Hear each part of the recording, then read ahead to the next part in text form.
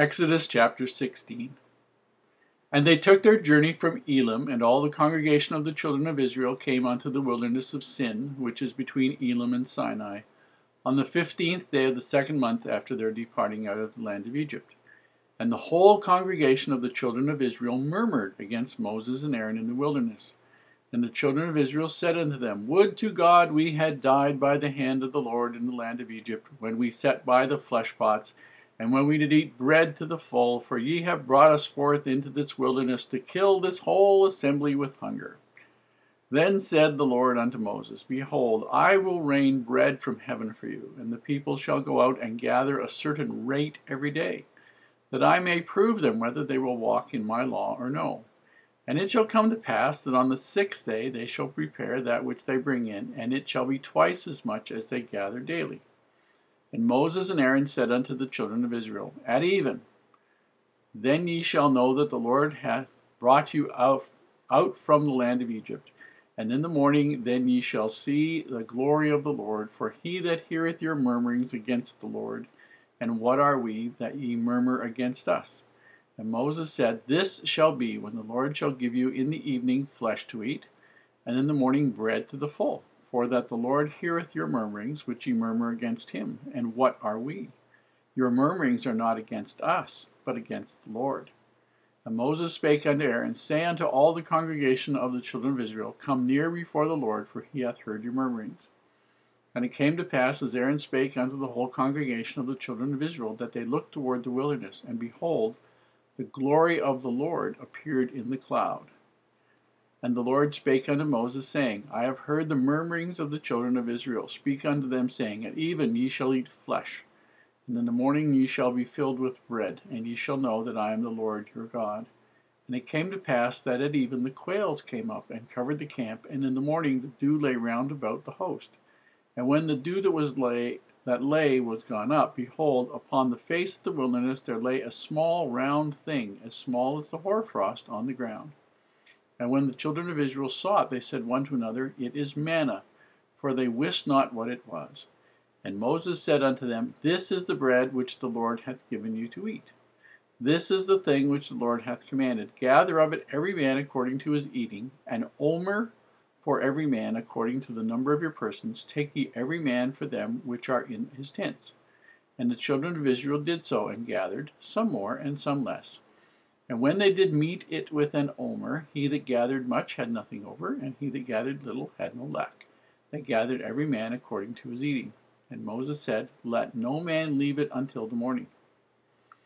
Notwithstanding they hearkened not unto Moses, but some of them left it until the morning, and it bred worms and stank. And Moses was wroth with them. And they gathered it every morning, every man according to his eating, and when the sun waxed hot, it melted. And it came to pass that on the 6th day they gathered twice as much bread, 2 omers for one man.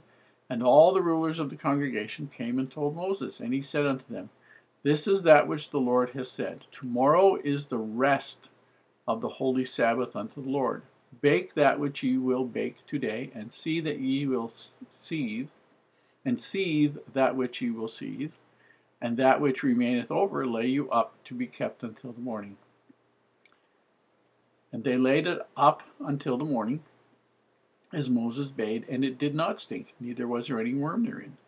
Moses said, Eat that today, for today is a Sabbath unto the Lord. Today ye shall not find it in the field. 6 days ye shall gather it, but on the 7th day, which is the Sabbath, in it there shall be none. And it came to pass that there went out some of the people on the 7th day for to gather, and they found none. And the Lord said unto Moses, How long refuse ye to keep my commandments and my laws? See, for that the Lord hath given you the Sabbath, therefore he giveth you on the 6th day the bread of 2 days. Abide ye every man in his place. Let no man go out of his place on the 7th day. So the people rested on the 7th day. And the house of Israel called the name thereof Manna. And it was like coriander seed, white, and the taste of it was like wafers made with honey. And Moses said, This is the thing which the Lord commandeth. Fill an omer of it to be kept for your generations, that they may see the bread wherewith I have fed you in the wilderness, when I brought you forth out of the land of Egypt.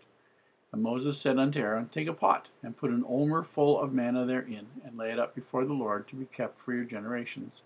As the Lord commanded Moses, so Aaron laid it up before the testimony to be kept. And the children of Israel did eat manna 40 years, until they came to a land inhabited. They did eat manna until they came unto the borders of the land of Canaan. Now an omer is a tenth part of an ephah. In dealing with the manna, we need to understand that the most important thing that was happening here was Heavenly Father was trying to teach these people obedience and dependence. He wanted them to have faith in Him, that's what the dependence was, and to understand that He would look after them. And these people had a lot to learn. They were tough to deal with. These murmur. That was what they were best at doing. They complained, every turn. At one point later on, they are so bad that God tells Moses, you just stand back. I'm going to kill all of them and I'll build a nation from you. And the only reason they're alive is Moses stood up for them and asked God to protect them. So these people were not fun to deal with. Anyway, in terms of the manna, the most important symbol of the manna was bread from heaven. Manna was what sustained them day to day, and that was symbolic of Jesus the Christ. They were to, everything in this thing in the Old Testament and dealing with this is to teach people to look forward to Christ, to see in what happens an event that is symbolic of the coming of Christ. These people were as thick as bricks. Didn't make any difference what happened. Some of them just would not pay attention, and in many cases, most of them would not pay attention. They were given instructions, and the instructions were, go out each day and gather an omer's worth. An omer is about the volume of a 2-quart pop bottle. For those of us who have that 2-liter, 2-quart pop bottle, we have no idea what it tasted like. We have no idea how heavy or light it was. We know that they could bake it. We know that they could boil it. That's what the word seethe means, is boil. They could make some other things of it and make it to their own taste. It amazes me the extent to which some people go to try and give people information that is total speculation. I have seen recipes for pancakes that are supposed to taste the way the manna tasted. Fine cake flour, ground up coriander seed, honey, a little bit of baking powder, and cook them up, and that's what they would have tasted like. I don't think we know. We just have a description. And everything beyond that is absolute, pure, total speculation. However, there are some specific things about this that we need to understand just how miraculous it was. They were told to gather Monday, Tuesday, Wednesday, Thursday, Friday. They were to gather enough to eat for one day. On now, if there was any left over till the next morning, when they looked at it the next morning, it would have worms and stink. It would have rotted. It would have bred worms. It was going to be no good.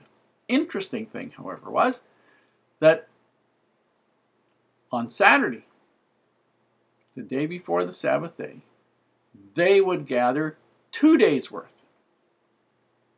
And it wouldn't go bad. And as well, Moses told Aaron to gather together an omer's worth, which would be a quantity appropriate for one person's food for one day. And they were going to put it in a jar, and they were going to set it aside as a memorial from generation to generation, which obviously then wasn't going to go bad.